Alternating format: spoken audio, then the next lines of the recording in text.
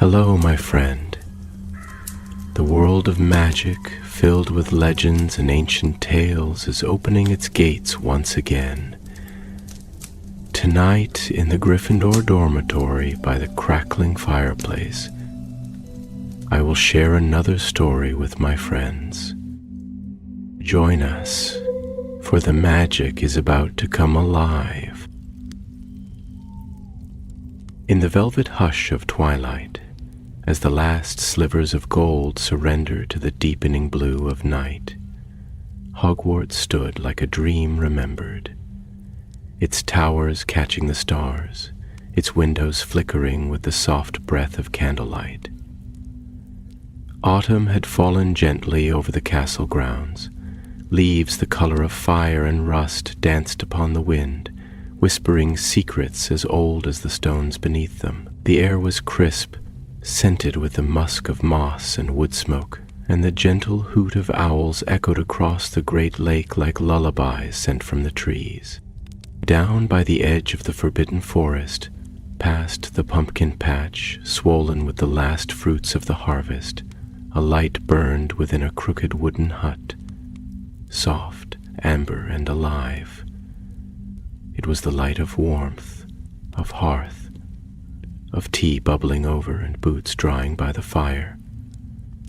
And in that little house, half buried in ivy and affection, lived a man whose heart was as vast as the forest that cradled his home, Rubeus Hagrid. He sat at his great oak table, hunched slightly, fingers curled around a chipped mug that steamed with nettle tea and a splash of something stronger. Fang, his old boarhound, dozed beside the hearth, snoring in little hiccups. The fire crackled, the wind moaned faintly through the trees, and yet, despite the calm, Hagrid's eyes were not at rest. There was a weight in them, a glimmer of unease. He had been feeling it for days now, that subtle thrum beneath the forest floor like a heartbeat not his own.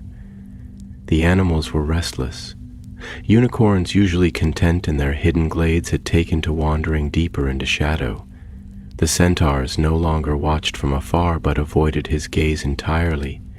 And just yesterday he had come across something that made his skin prickle. A circle of ash, perfectly etched into the earth, nestled between the roots of a yew tree that hadn't bloomed in years. There had been no sign of fire, no scorch marks, just that quiet ring of charred dust, humming with a magic he hadn't felt since he was a boy. He sipped his tea, but it no longer comforted him. Outside, the moon crested the horizon, half veiled in cloud, like an eye watching through mist. Hagrid rose, pulling on his heavy coat, the one patched too many times to count. He took up his lantern, its warm glow flickering like a captured star, and with a low whistle to Fang, he stepped out into the night. The forest greeted him like an old friend, a friend who had changed in some subtle, unsettling way. Its trees leaned in close, their branches heavy with silence. Leaves crunched beneath his boots, but not a single bird stirred. Even the wind, usually eager to dance, seemed reluctant to pass through the woods. Fang padded beside him, ears twitching, nose low to the ground. Hagrid didn't speak. He didn't need to. The forest was speaking enough. They walked deeper and deeper, lantern swinging with each step, casting long shadows that rippled through the underbrush. Hagrid followed no path, for the forest itself guided him now, nudging him past ancient stones, over gnarled roots, through veils of hanging moss that glimmered faintly with dew. And then he saw it again. Another circle, this one not just ash, but ringed with stones. Small ones, no larger than his fist, but each etched with runes he had not seen since his mother's stories, when she spoke of dragons that lived not just in sky or mountain, but in dream and bone. The ashes at the center swirled gently in a breeze he could not feel, and Hagrid, heart thudding with something between fear and wonder, knelt. There was magic here, ancient, aching magic, and something else. A sound, barely audible, softer than a sigh. A child's breath. Fang growled low and stayed behind, but Hagrid moved forward, one hand outstretched. "Hello," he called, voice low, the way one speaks to wounded creatures and frightened birds. "Anyone there?" A rustle, then stillness. Then, emerging from the veil of trees, came a girl, small, pale. Her eyes glowed faintly like coals buried deep in snow. Her hair was wild, tangled with leaves and threads of silver, and on her cheek, a scale. Not a wound, not a scar, but a single iridescent scale, glinting blue-green in the moonlight. She didn't speak, only watched. And behind her, others began to appear. A boy with ash beneath his nails and fire in his breath. Another girl, no older than 5, who held a twig like a wand and whispered to it as if it listened. A dozen, maybe more, stepping from the trees as if the forest had given birth to them. The children of the dragon circle. Hagrid stared, breath caught somewhere between his ribs. He had heard the tales, whispers really, from old witches in Nocturne Alley, and from books that crumbled when touched. Children born of old magics, of dragon fire and human longing. Children hidden away for fear of their power. Children who were supposed to be long gone. "Blimey," he whispered. The first girl stepped forward, eyes glowing brighter now. "You're the one the forest showed us," she said. Her voice was soft, like embers cracking. "You carry the old fire." Hagrid felt the forest lean in. Even the stars above seemed to hold their breath. And though his heart raced, though every story he'd ever heard screamed warning, Hagrid opened his arms, not in fear, but in welcome. "Come in then," he said gently. "There's tea on the stove." And one by one the children followed him home. The journey back to the hut was slow and silent, not for lack of movement, but because the air itself seemed to hold its breath, as if unwilling to disturb this delicate unfolding. The children, strange, ethereal, marked by the fire and sorrow of a bloodline long-thought myth, walked behind Hagrid in a gentle procession. The forest, ancient and wise, parted before them like a dream unraveling, its trees bowing subtly as though remembering the time when dragons still flew above their canopies and magic was not something learned but breathed. Hagrid did not speak, but his eyes, wide and filled with a storm of wonder and caution, flicked back now and then to glimpse the small faces glowing in the lantern's reach. Some of the children seemed half wild, clothed in bark and moss and old tattered robes barely holding their shape. Others were barefooted, but stepped with eerie calm, unfazed by bramble or stone.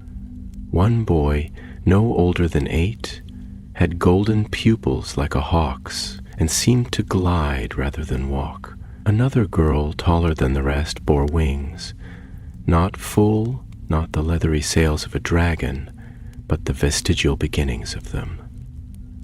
Small ridges beneath her shirt where shoulder blades should have been. They made no sound save for their breath and the soft sigh of the wind through the leaves. A wind that now hummed with ancient lullabies and forgotten warnings. Hagrid's hut loomed at last through the trees, squat and warm, its windows glowing like eyes in the dusk. The smoke from the chimney curled lazily into the sky, and inside the hearth still crackled, casting golden ribbons of light across the rough wooden floor. As he opened the door and stood aside, the children passed him one by one, each pausing for just a second to look up at him. Their gazes more ancient than their years allowed. There was no fear in them, only a quiet knowing, as though they had seen this moment in dreams long before it arrived. Fang backed into the corner, unsure, letting out a low, uncertain whine, his instincts clouded by the strange scent that clung to the children. A scent of smoke, of deep stone, of something not entirely mortal. Hagrid, once inside, closed the door slowly and for a moment simply stood with his back to it, trying to gather the thoughts that now danced like startled birds in his mind. He was not unfamiliar with the odd and the magical, of course. He had befriended centaurs and giants, nursed wounded hippogriffs, and spoken kindly to creatures the Ministry would rather see locked away. But this was something deeper, older. It felt less like discovery and more like awakening. The children gathered around the fire without being asked, forming a circle on the floor with the sort of reverence found only in ritual. They did not touch anything, nor did they speak among themselves. They simply sat, eyes reflecting the flame, as though waiting for something to begin. Hagrid cleared his throat, large hands fumbling with the kettle as he poured water over fresh leaves and set the mugs before the hearth. The scent of nettle and lemon balm filled the room, but even that familiar comfort could not calm the storm inside him. He finally turned, kneeling down, his massive frame still towering over them, and asked in the softest voice he could manage, "Who are ye?" It was the girl with the scale on her cheek who answered, her voice as even and clear as still water. "We are the last of the Dragon Circle," she said, "born of fire and magic, of broken pacts and fated songs. We were hidden after the great burning, when the last of the Sky Fathers fell, and the world turned its face from us." Hagrid frowned, the words tugging at threads of stories told in whispers late at night, in forbidden books and half-remembered nursery rhymes. He had heard of the Dragon Circle only once, from an old gamekeeper who had walked the forbidden forest before him, a man with a crooked spine and clouded eyes, who had spoken of children with scales for skin and tongues that whispered in flame. The girl continued, her gaze never leaving his. "Our mothers were witches. Our fathers, something else. They called the old dragons not just beasts, but lords, guardians of the deep ley lines and the first languages of magic. When they died, the world changed. It grew colder, harsher. Magic became a tool, not a song. And we became dangerous." Her voice dropped then, and her fingers curled into the hem of her tunic. "We were hunted, forgotten, but the forest remembered, and so we came here." Hagrid swallowed hard, his mind trying to catch up with the tide of meaning flowing through her words. He looked around at the children, their stillness, their silence, their strange but serene presence, and he felt something rise in his chest. It wasn't fear, it was something else, something heavier, older, a sense of debt perhaps, or duty. "You've been living out there," he murmured, eyes glancing toward the window and the thick shadows beyond. "Alone?"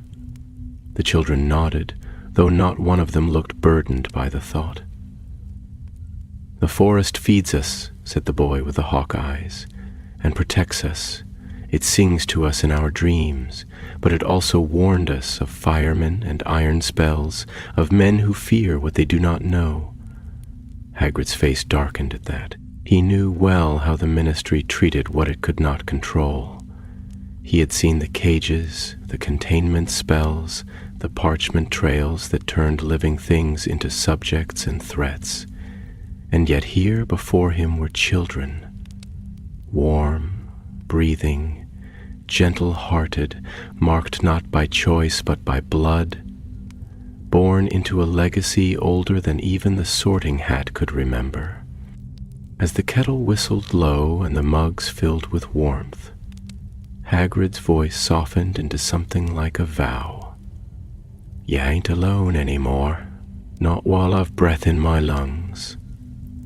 And as the children accepted their tea, sipping slowly, reverently, as though it were a potion brewed from starlight, a peace settled over the little hut.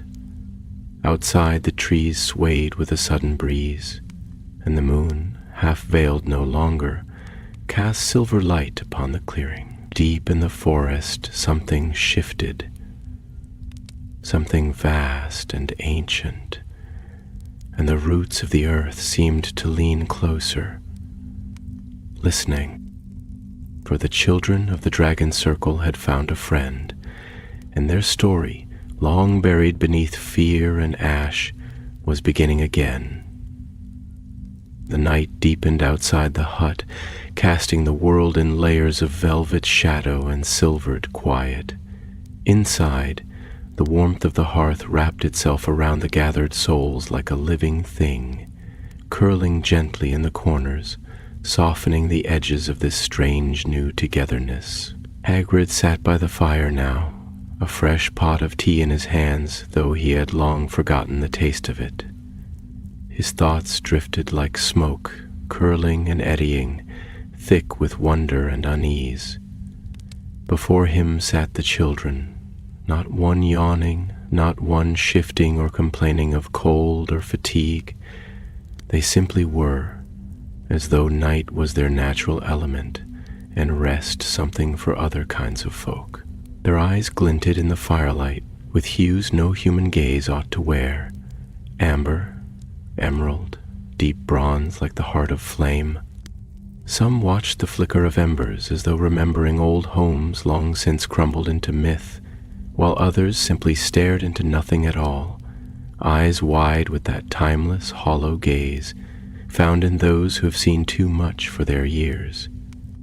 It was the girl with the scale who spoke again, her voice unfurling like the tail of a comet, slow, trailing meaning and memory in its wake. "Once," she began, "when the sky was wide and blue without boundary, the dragons still flew, not hiding in caves or reduced to bloodline and fang, but high, proud, guardians of the ley threads of the world. Magic flowed through them like rivers through the valleys. It sang through them, and where they passed, flowers bloomed in ash, and fire healed the wounded earth." Her words fell with a hush over the room, and even Fang, whose grumble rarely ceased for long, lay utterly still, eyes fixed on the fire. "They did not rule," the girl went on, "but they remembered all things, the birth of rivers, the first languages of stone and sky. They whispered to the stars and listened to the dreams of trees, and some among the oldest witches, those who remembered that power, must bow to the earth, not conquer it, joined their songs. From these unions came the first of us, not fully of one world or the other, half flame, half blood, dragon-hearted, yet bound by mortal skin." Her voice wavered there, not from fear, but from the ache of old sorrow, as though reciting something sacred and already half lost. Hagrid leaned forward, brow furrowed, the weight of her tale pressing into him like the slow, patient weight of snow on an old roof. "But that's not what the books say," he murmured. "Dragons? They're dangerous, wild, can't be reasoned with, can't be trusted. That's what we were taught at school, what they always said." He trailed off, the words crumbling beneath the quiet certainty of her gaze. The boy with hawk eyes spoke then, voice deeper than one so young ought to carry. "Dangerous things are often just unlistened to truths wrapped in scales and teeth. It is not danger they fear, it is memory. The world forgot what we were meant to be, and so it feared us." Silence followed, thick and still. Outside, a breeze stirred the trees, and somewhere in the far-off depths of the forest an owl called once and was answered by nothing. Hagrid, who had seen giants fall and mountains tremble, who had looked into the eyes of beasts both beautiful and broken, felt something shift inside his chest. A door opening onto a view he had never been shown, though he had walked beside it his whole life. "So why now?" he asked at last, his voice barely above a whisper. "Why come out of Haydn now after all this time?" The youngest girl, who had said nothing all evening and who still clutched the twig she had whispered to earlier, looked up with eyes like molten silver and answered, not with words, but with a soft, melodic hum. The others joined her, voices rising like smoke into the rafters of the hut, forming no language Hagrid knew and yet stirring something old and thunderous within him. It was not a song. It was a summoning, a reply, and then it stopped. All at once, the girl with the scale answered then, not with the music, but with the weight of knowing. "Because the world has begun to remember, and when memory stirs, so too must those who carry its flame. We were called, not by a person, but by the magic itself. It reached out to us like roots through soil, like fire through wood. We followed, and it brought us here. To you, to him." Hagrid stared, heart thundering with a strange fear, not of harm, but of purpose, of having been chosen not for who he pretended to be, but for who he truly was. The great, gentle man who had been told all his life what he was not, too big, too clumsy, too soft to be trusted, now stared into the fire and saw in its dance the shadows of a destiny far older than the one carved for him by wands and scrolls. "Me?" he whispered, more to himself than to them. The boy with the wings not yet grown tilted his head. "The forest knew your name. It whispered it to the ashes. The wind brought it to our dreams." He looked toward the window, where the stars now hung lower than they should, as if listening. "You are the keeper now, whether you asked to be or not." Hagrid sat back, heavy and stunned, as if the room itself had tilted. The children began to shift then, rising slowly, one by one, until they formed again their quiet circle. "We will sleep now," said the girl, "if it pleases the house." And without another word they lay down on the floor, some curling near the fire, some folding into shadows, one even nesting beneath the table, where the legs made a kind of crooked shelter.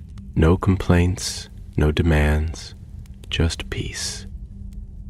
Hagrid sat for a long time, mug forgotten in his hands, until the fire burned low and even Fang began to snore again.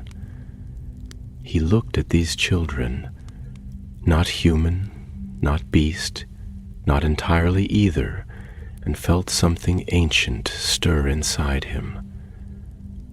Not fear, not even wonder, belonging.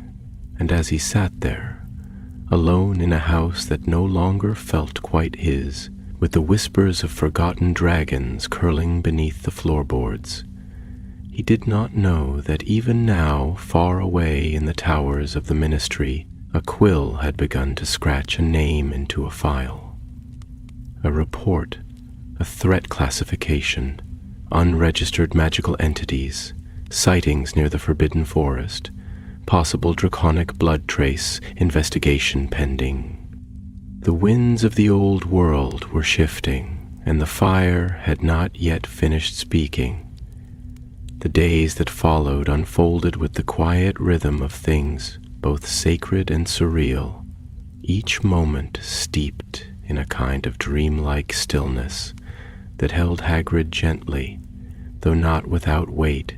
The children, those strange twilight-born wanderers of flame and memory, remained in his hut as though they had always belonged there, as if the place had been waiting for them to arrive and remember it into something more. They did not ask for things as other children might have. They made no demands. Instead, they shaped the space around them with quiet reverence, moving with a natural grace that never disturbed the order of the room but somehow made it feel more alive. Where once there was clutter and the organized chaos of Hagrid's long years of creature care, there now bloomed a sense of stillness, a silence not empty, but full of listening. Leaves appeared in corners where no breeze had blown. The kettle whistled at just the right moment, though no hand had turned the heat. The floor no longer creaked beneath the children's feet, and even Fang, once wary, had taken to sleeping among them, his great head resting on the lap of the youngest, who stroked his ears as if taming some ancient guardian. Hagrid watched all this with a growing sense of awe and discomfort, not for any wrongness, but for the magnitude of what he had allowed to take root within his life. He rose each morning before the sun, stepping out into the crisp autumn dawn, hoping the cool air would help him make sense of the world that now lay behind his front door. Yet the forest offered no counsel. It remained still, too still, as though holding its own breath. Animals that once greeted him in passing now remained hidden. The trees whispered differently, their leaves falling with the slowness of ceremony. Something old had stirred, and the woods, too, were remembering. The children rarely spoke unless spoken to, but when they did, their words came like poetry, carved from fire and ash. They spoke of dreams. Dreams where the stars sang and great serpents made of wind and flame danced across the sky. They spoke of names they did not remember, of places they had never seen, yet longed for with aching certainty. They spoke of fire not as destruction, but as a living being, a memory keeper, a truth seeker. The fire forgets nothing, one of them told Hagrid one night, as they sat outside beneath a sky strewn with starlight. It remembers even the things we've tried to burn away. He had no answer for that, only silence and a gaze turned toward the moon, which watched them all with its pale, patient eye. But beyond the forest, the world did not sleep. Word had begun to spread, quietly, subtly, but with the creeping persistence of ivy through stone. A whisper here, a sighting there. Birds flying in patterns too ancient for human maps. Ashes found in circles, always untouched by flame. Magical surges that trembled through the soil like echoes from a forgotten spell. The ministry had begun to take notice. Not loudly, not yet, but files were opened. The Department for the Regulation and Control of Magical Creatures had dispatched a scout to Hogsmeade under the guise of routine inspection. A witch with sharp eyes and a quill that wrote of its own accord, scribbling notes about unusual behavior in the northern quadrant of the Forbidden Forest. She never made it past the Three Broomsticks, but her report was filed all the same. Something was moving, something unsanctioned, and Hagrid knew. He felt it in the way the wind shifted at night, carrying scents of iron and parchment. He saw it in the skies, where the owls flew higher than usual, as if trying to escape the heaviness below, and he read it in the way the children had begun to change. Not visibly, no. Their forms remained much the same, but in their stillness. It was deeper now, more watchful. They spoke less, but when they did, it was with a weight that made Hagrid's skin prickle. They were listening to something, or perhaps remembering something that had just awoken. He began to notice symbols in the dirt outside the hut, drawn not by hand, but by small feet moving in careful, deliberate patterns, shapes that pulsed faintly with warmth when touched, circles within circles, spirals that echoed the flow of smoke, a language of flame.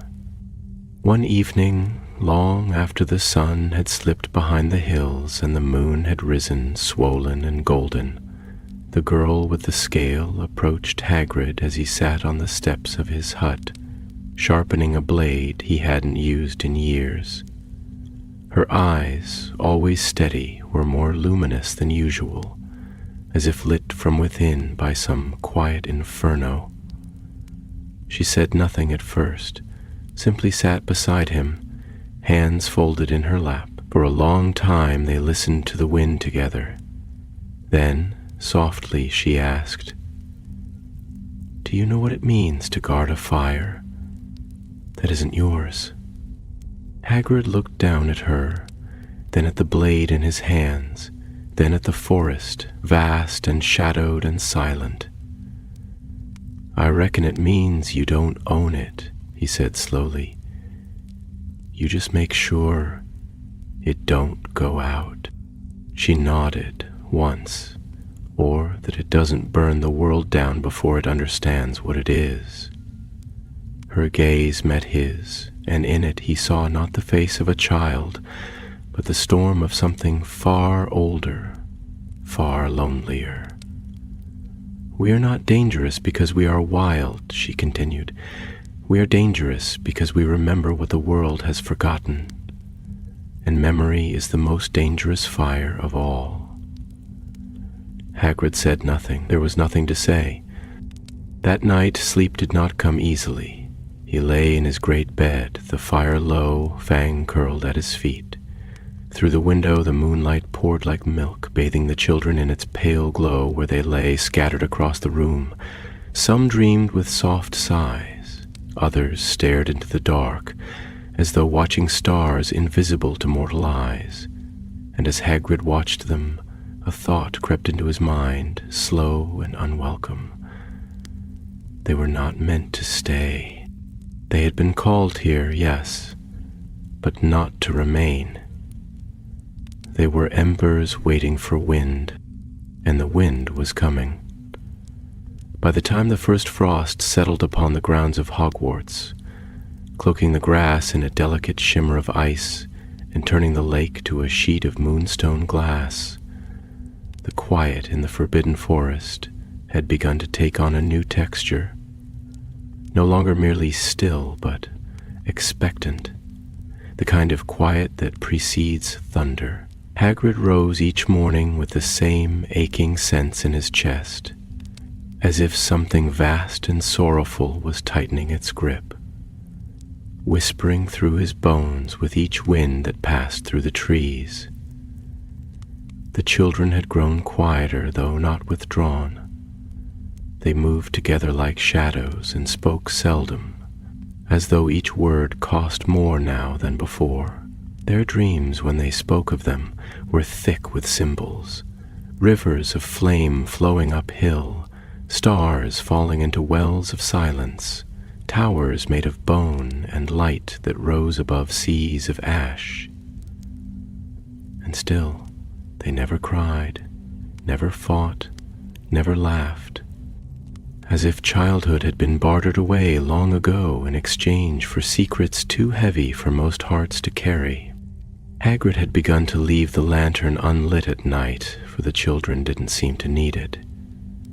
Their eyes glowed faintly in the dark, and they moved through shadow as though born from it, their feet never stumbling, their hands never groping for walls.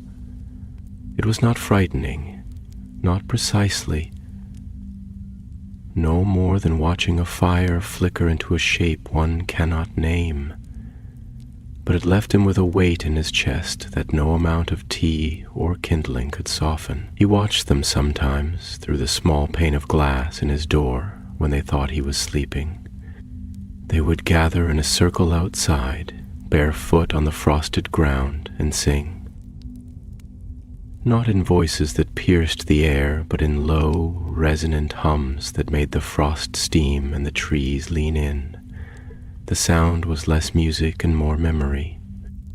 He could feel it in his teeth, in the stones of his hearth, as though even the earth had learned the refrain long ago and now waited for it to return. It was on one of those brittle mornings when the mist clung low and the sky seemed wrapped in gray wool that the knock came. Not frantic, not urgent, but precise. 3 measured raps and then stillness. Hagrid froze where he stood, halfway through slicing a loaf of bread. Fang lifted his head, ears twitching, a low growl uncoiling from his throat. The children had already gathered near the far wall, still and silent, as if they had known this moment would come and had been preparing for it all along. Hagrid wiped his hands and walked to the door, shoulders hunched, not from cold, but from the familiar dread of those who have carried too much for too long and now feel the weight tipping once more.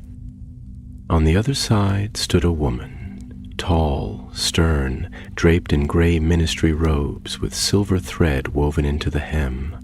Her eyes were sharp, her hair bound in a braid that fell like a blade down her back. She held no wand, at least not visibly, but power clung to her like a scent, subtle but inescapable. "Rubeus Hagrid," she said without preamble. "May I come in?" Her voice bore the crisp accent of those who spent their lives among scrolls and marble floors, those who saw the world in reports and categories and very rarely in dreams. Hagrid hesitated just long enough for the silence to thicken, then stepped aside. She entered with measured grace, her boots leaving no mark on the rug. Her eyes swept the room once, registering the hearth, the table, the scattered cups, and, at last, the children. Her gaze did not flicker when she met their eyes, though Hagrid noticed how she gripped the edge of the chair as she sat. The girl with the scale stepped forward, not aggressively, but as one might when welcoming an old storm back to its familiar path. "You here for the fire?" she said, not as a question. The woman's lips thinned. "I'm here for the safety of the magical world, and yes, I've been told that an unregistered group of magical children, possibly hybrid, have been observed in the area." Her gaze flicked to Hagrid. "Under your protection." Hagrid's jaw clenched, hands folding awkwardly in front of him. "They haven't hurt anyone," he said. "They ain't monsters. They're just different." The woman didn't smile. "Difference is not the issue, Mr. Hagrid. Containment is. Control. You, of all people, should understand what happens when powerful magic is left to grow wild." Her words struck with more force than she knew, or perhaps precisely because Hagrid's heart gave a heavy thump, but he said nothing. The girl stepped closer, her eyes burning like twin lanterns. "You think fire obeys because you put it in a hearth. But fire remembers the mountain." For a moment, silence, and then the woman stood. "There will be a team sent to observe, officially, quietly. If nothing is amiss, there will be no further action, but I suggest you prepare these children for questioning. The law does not bend for poetry." And with that, she left. That night, the children did not sing.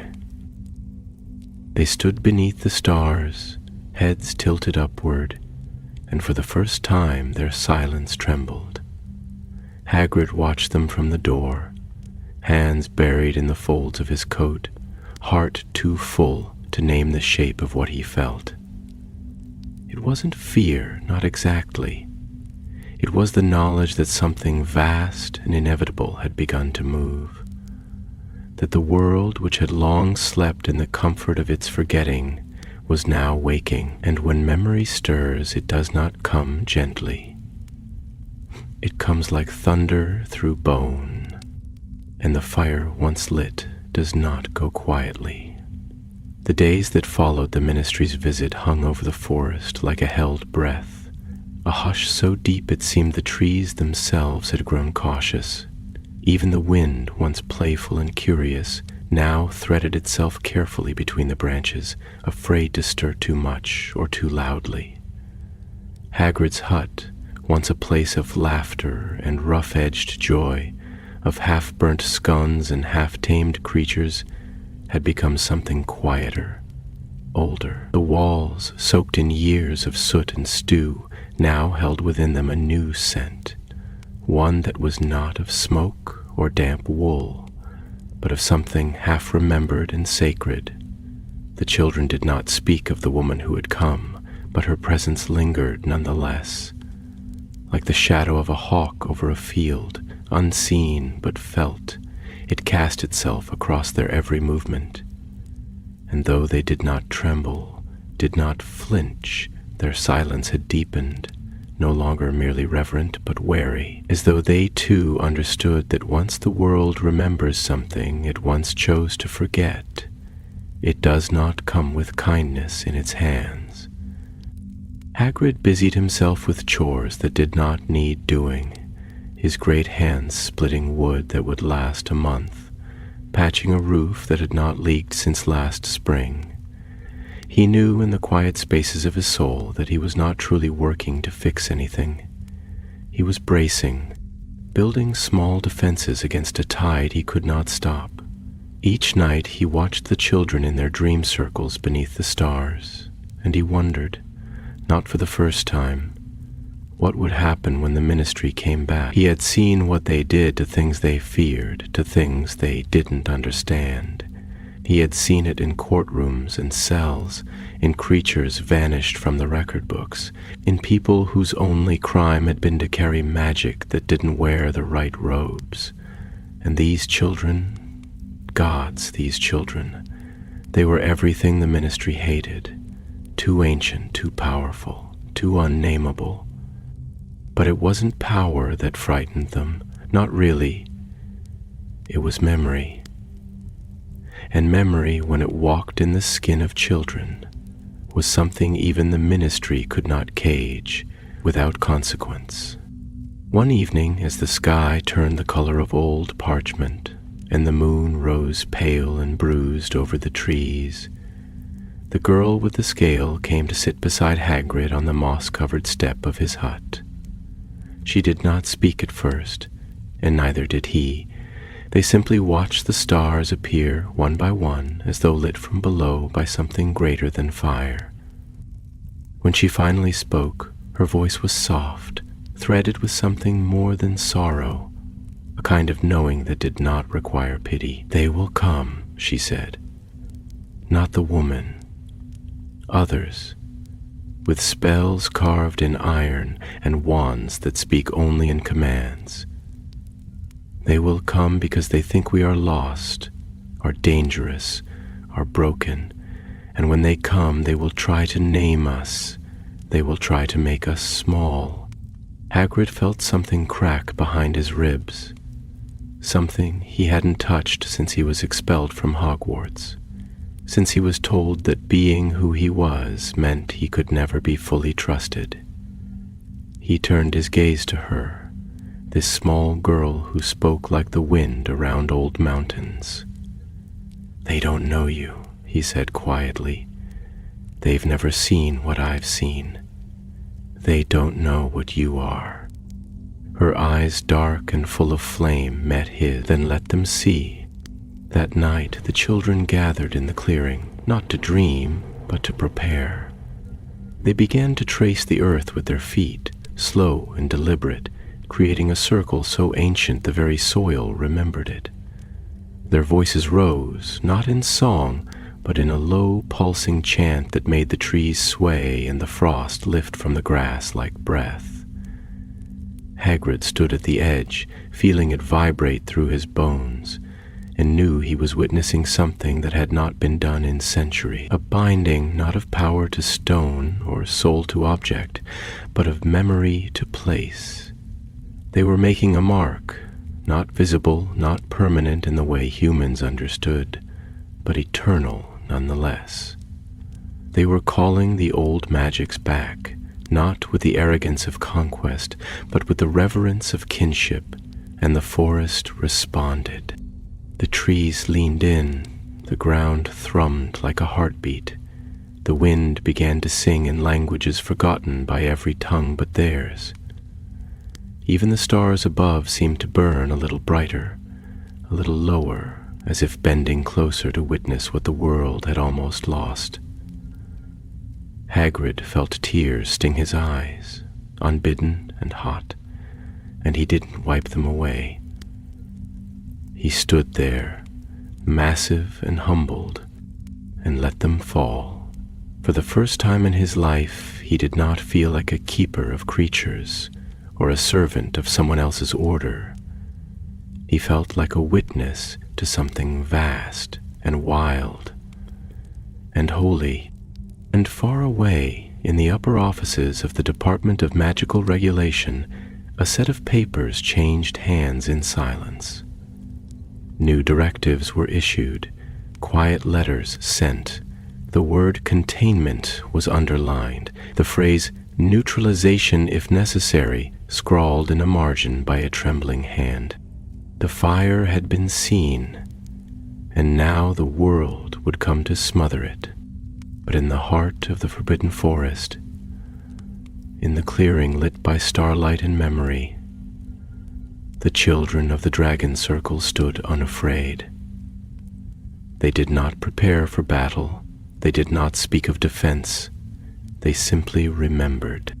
And that, Hagrid knew, would be enough to shake the sky. The morning after the children's binding, the world was quieter than Hagrid had ever known it to be.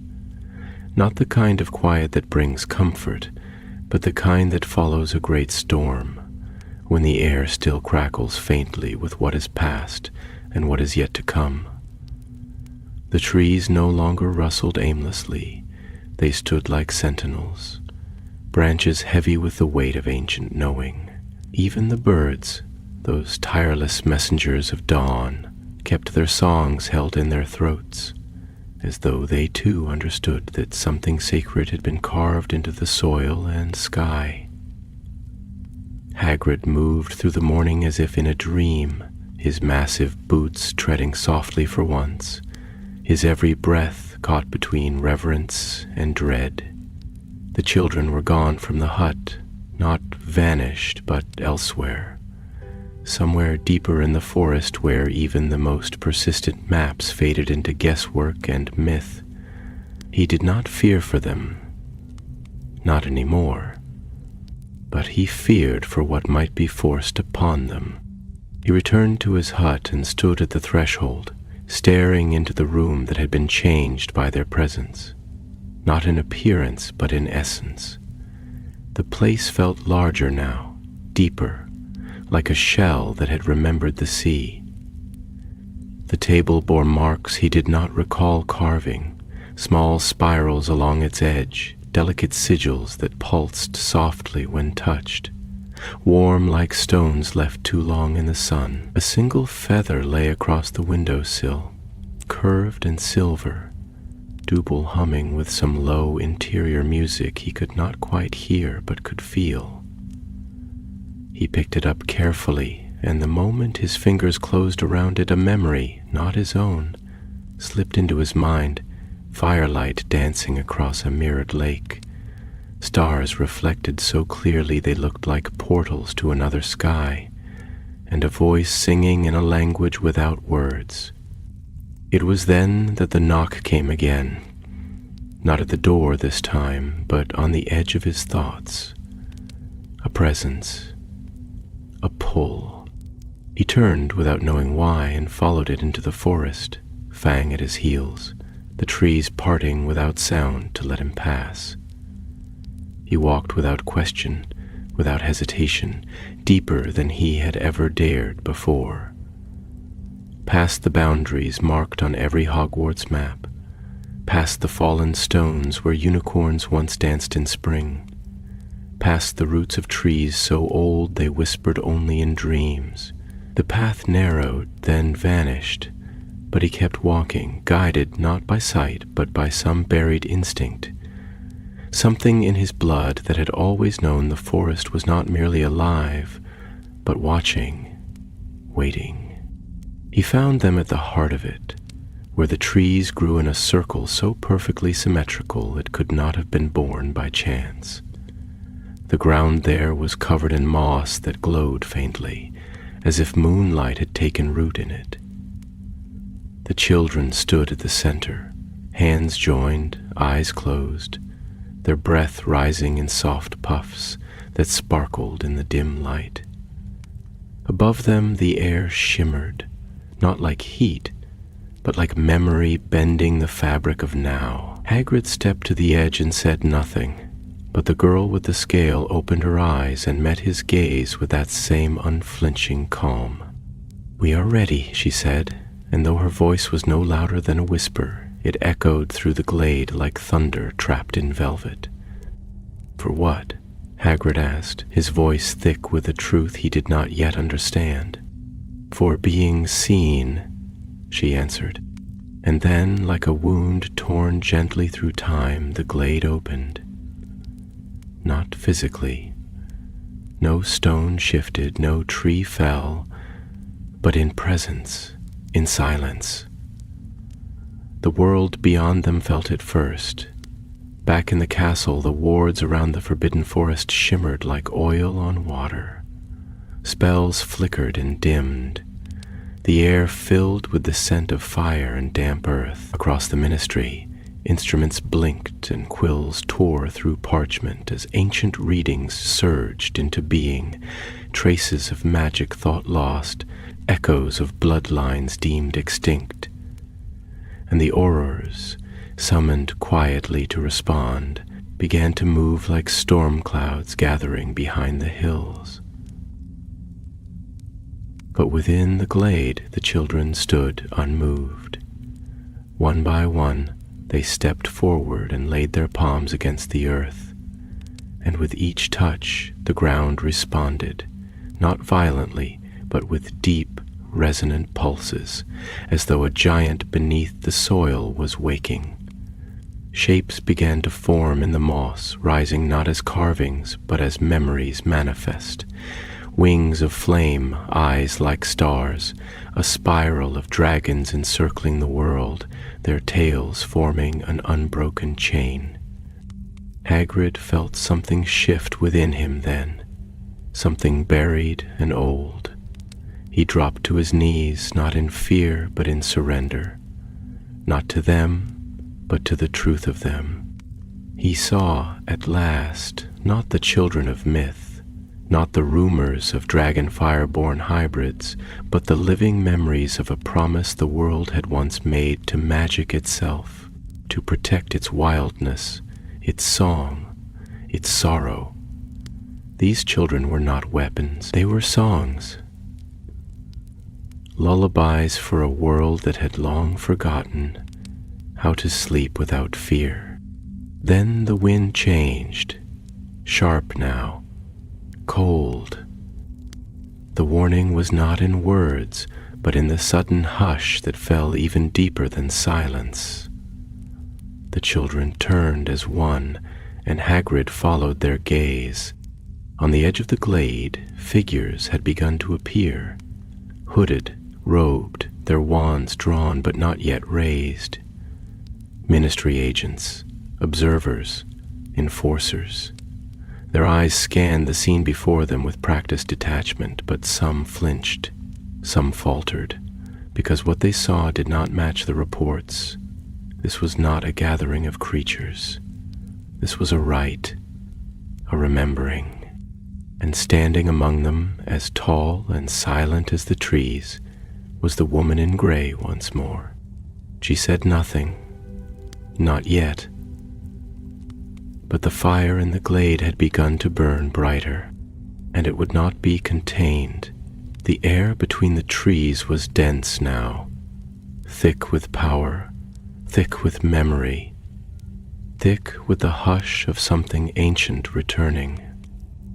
The glade, once a secret held gently in the arms of the forest, had become a place of reckoning. Magic curled in the air like smoke that could not be seen but could be felt, pressing into the lungs of all who stood there, reminding every breath that it was a part of something older, deeper, and infinitely wilder than any ministry registry or spell book could catalog. The children stood still, radiant in their stillness, not as aggressors, not as rebels, but as memories made flesh. Their eyes, wide and bright, held not defiance, but clarity, a clarity so disarming it rooted the approaching officials in place. The ministry agents, wands in hand, hesitated at the edge of that truth, because what they saw was not what they had prepared for. There were no curses flung, no snarling threats or defiant cries, only children, barefoot and glowing with the breath of dragons, singing to the soil with their silence. At the center of them all stood Hagrid, not because he had chosen to lead, but because he had remained, because he had listened when others would have commanded, because he had opened his door when others would have locked it. And now, in that sacred ring where moss glowed and trees bowed low, he stood not as a protector, but as a bridge between the world that feared and the one that remembered. His heart pounded not with terror, but with a sorrow so vast it felt like the first time he'd held his wand and known it would never be whole again. He saw the fear in the eyes of the ministry witches and wizards, not the kind born of danger, but the kind born of unfamiliar beauty. They had come expecting a wildfire, and had found instead the quiet brilliance of stars returning to a sky that had forgotten how to carry them. The woman in gray stepped forward, the hem of her robes whispering against the ground like a blade drawn too slow to sound like violence. Her face, carved with lines that spoke of duty and sacrifice, held none of the usual ministry pomp. She did not raise her wand. She did not bark commands. She simply looked, first at Hagrid, then at the children, then at the earth beneath their feet, still pulsing with the slow rhythm of dragon song. For a moment she said nothing, and in that breathless silence, the forest seemed to lean closer. "What is this?" she asked at last, not as an accusation, but as a question without preparation. It was the girl with the scale who answered, stepping forward with that same fluid grace she had always carried, the kind of movement that spoke of fire tamed not by chains, but by purpose. "This is not a rebellion," she said softly. "It is a remembering, a promise kept by the earth, by the sky, by the forest that still breathes the first breath of magic." Her voice was calm, but it held power, a power not meant to conquer, but to reveal. "You come with wands and laws, but we are not made of law. We are the echo of something the world chose to forget, but the world remembers now, and you must choose whether to hear it." The woman blinked, and for just a moment, something flickered across her face. Recognition, perhaps, or grief. "We've seen what unchecked magic can do," she replied, quieter now, as if her certainty had been softened by the moss beneath her feet.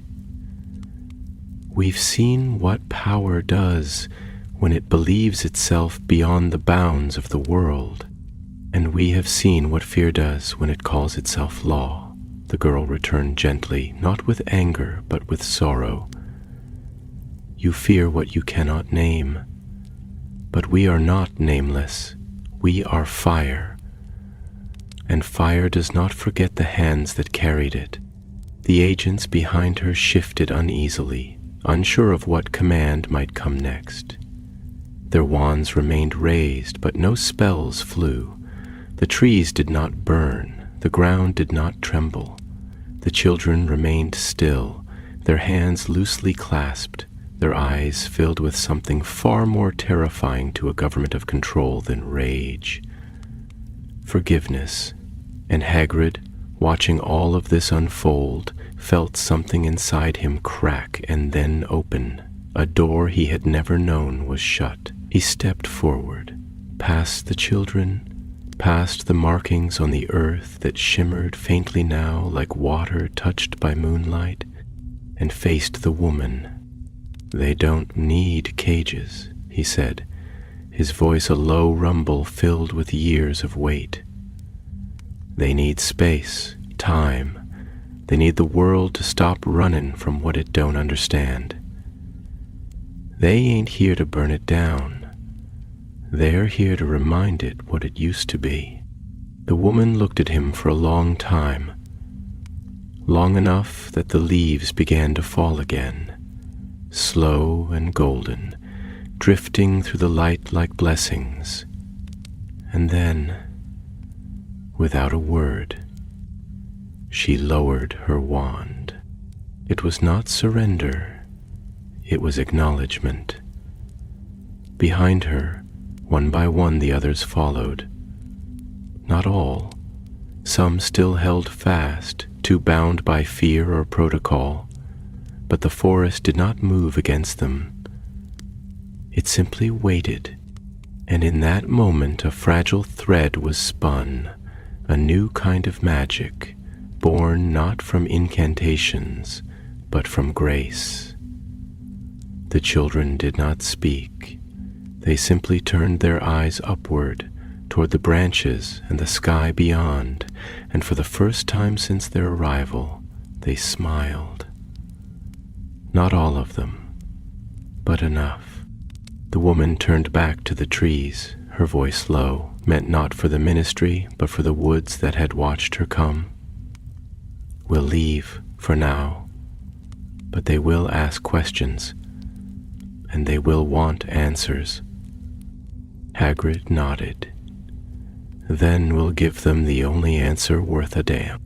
"What's that?" "That the world don't belong to just the ones who keep the ledgers. It belongs to the ones who remember why the fire was lit in the first place." And behind him, the forest sang, not in words, but in wind, in root, in the rising warmth of something long buried waking at last. The fire would not be extinguished. Not now, not ever. In the days that followed, a quiet pact took root, not one etched in parchment or sealed by magical decree, but one held in the silence between glances, in the respectful distance maintained by those who had once come to contain and now came only to watch. The ministry did not leave entirely.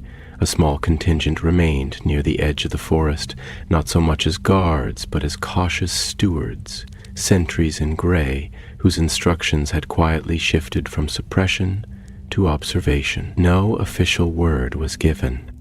No headlines declared the presence of the children of the Dragon's Circle, and no proclamations were sent to Hogwarts or the wider wizarding world. It was as though the events in that glade had passed beneath the surface of history, known only to those who had stood in the hush of trees that had seen ages come and go. But even without proclamation, change had begun its slow ripple. Word spread not in speech, but in knowing, through subtle glances exchanged in Diagon Alley, in the sudden hush that would fall in ministry halls when someone whispered of fire that spoke without burning, or children whose eyes held the shapes of stars. Within the forest, the children remained, not hidden, not exactly, but folded into the woods like threads returned to the loom. They did not live as students or soldiers. They lived as memory returned to soil. Their days passed in quiet rhythms, rituals older than language. They walked barefoot through the roots of sleeping trees and sang into streams that remembered the footsteps of giants. They did not build houses or cast protective wards. They needed no shelter from the elements, for the forest had accepted them entirely, as its own, as its heartbeat, as its long-lost offspring, returned at last to whisper stories into the bark of trees older than stars. Hagrid continued to visit the glade each day, though the children no longer required his presence. He brought food out of habit more than necessity, though it often remained untouched.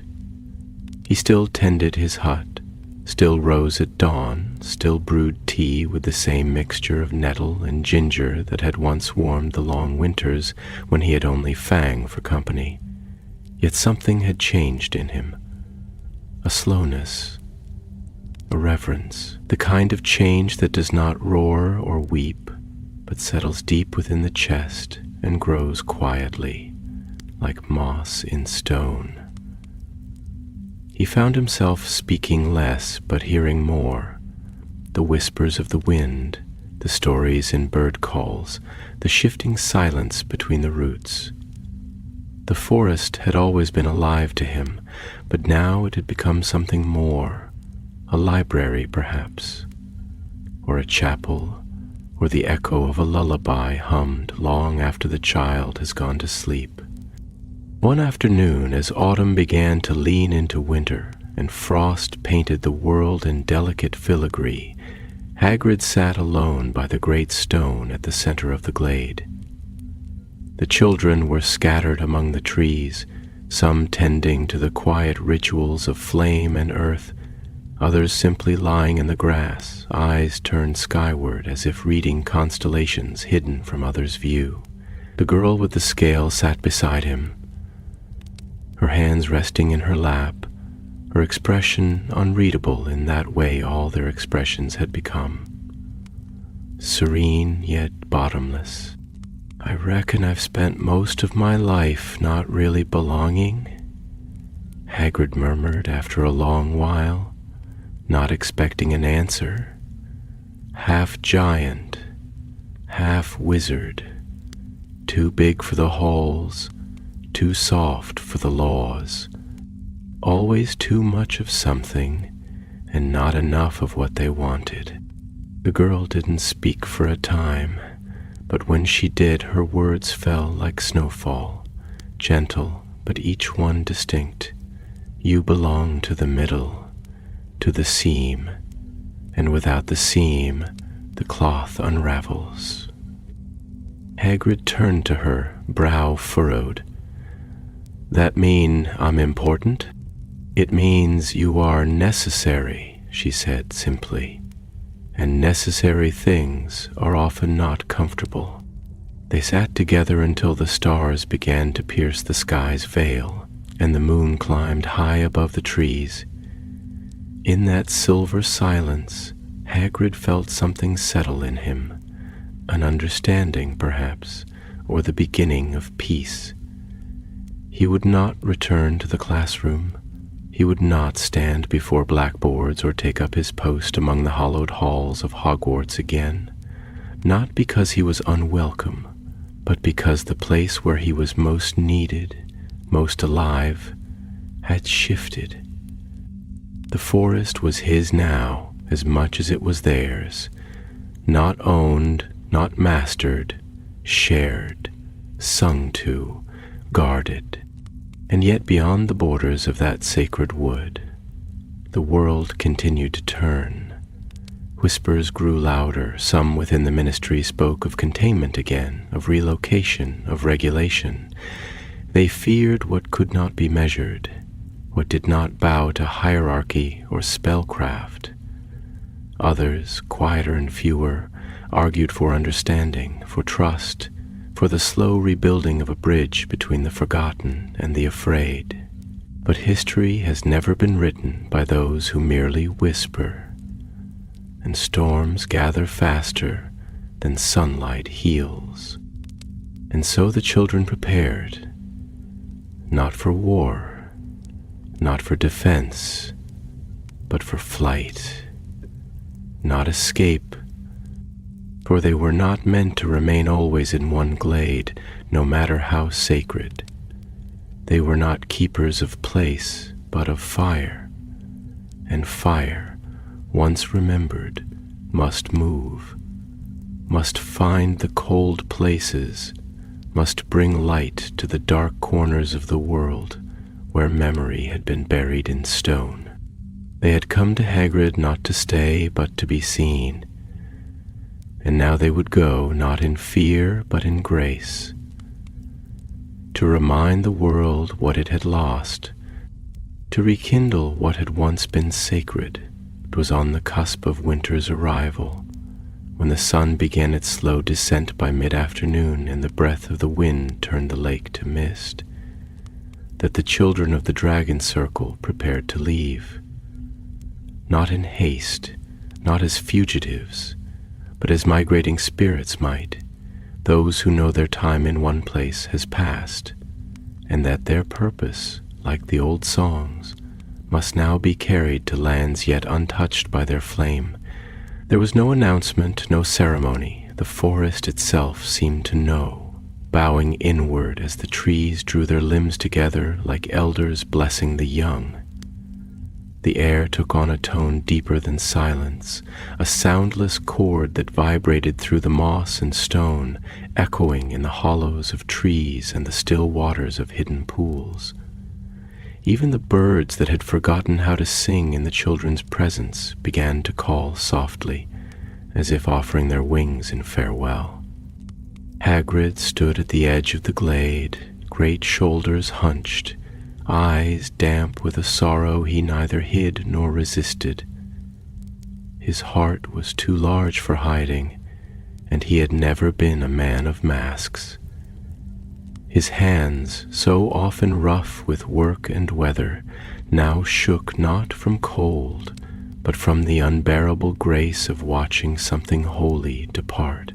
The children stood around him, clothed not in robes or shoes or any fabric woven by human hand, but in the light of the glade itself, bathed in the shimmer of memory, in the soft aura of beings who no longer belonged solely to the world of maps and names. They did not weep. Their expressions were calm, but behind their eyes burned something vast, the knowing of all they had carried and all they would now bear forward. The girl with the scale stepped forward last, pausing before Hagrid with a weight in her gaze that made the air bend around her. She held out her hand, not in farewell but in offering, and when Hagrid extended his palm, she placed within it something small and warm. A stone, round and dull gray at first glance, but pulsing softly with a hidden light. "It is not a wand," she said, her voice lower now, threaded with an ancient rhythm. "It is a seed. When the time comes and the world forgets again, plant it." Hagrid stared at the stone for a long moment, and in it he saw flickers, not visions, not quite, but impressions. Fireflies circling over a moonlit hill, a child laughing beside a tree made of flame and crystal, a circle drawn in ash beside a mountain that did not yet exist, a future not fixed but possible. He looked up, his voice hoarse. "Will I ever see ye again?" She smiled then, the only time he'd seen her do so without sorrow behind it. "You will always see us, in the way the forest leans, in the heat that clings to stone long after the fire is gone, in the lullaby of the wind when it passes through old trees. Her hand rested briefly against his, and it was not the touch of a child, but of a force, kind and immeasurable. We are not leaving, we are becoming. And then they turned, one by one, and walked deeper into the forest. Not toward a path, not toward a place, but into the very marrow of the world. The moss did not stir beneath their feet. The branches did not snag their hair. They passed into the trees like dreams returning to the minds that once dreamed them. And as the last of their number vanished into the gathering shadows, the glade dimmed. The light, once warm and golden, became cool again, gentle, familiar, touched by the ordinary hush of nature without witnesses. Hagrid stood there long after they were gone, the seed stone clutched tightly in his hand, the frost climbing the edges of his coat, and the tears freezing gently along the creases of his cheeks. He felt no need to return to his hut. He simply sat, leaning back against the great stone at the glade's center, the forest around him quiet in the way only very old forests can be, filled not with absence, but with breath held in reverence. Far beyond the trees, the ministry would continue its endless turning. There would be reports and rebuttals, files that grew thicker without ever revealing the truth. Scholars would argue over terminology. Cartographers would mark the glade, only to have their ink fade within weeks. The maps would blur, the names would shift, and the forest would keep its silence. But somewhere in the world, a tree would grow from soil no longer afraid. Somewhere a child would dream of fire that did not burn but sang. Somewhere someone would find a stone in their pocket and remember a story they had never been told. And Hagrid, half giant, half wizard, whole heart, would remain. The keeper not of beasts, not of creatures to be tamed or feared, but of stories too wild to fit between pages. He would sit beneath the stars and whisper to the soil. He would brew tea for no one and feel the warmth of presence anyway. And in the stillness he would hear it, the hush of wings in the sky above, the echo of laughter among the branches, and the slow, patient song of fire remembering its name. The children of the dragon circle had gone, but the world would never forget them again. Not while the seed slept warm in the hand of one who had loved them well.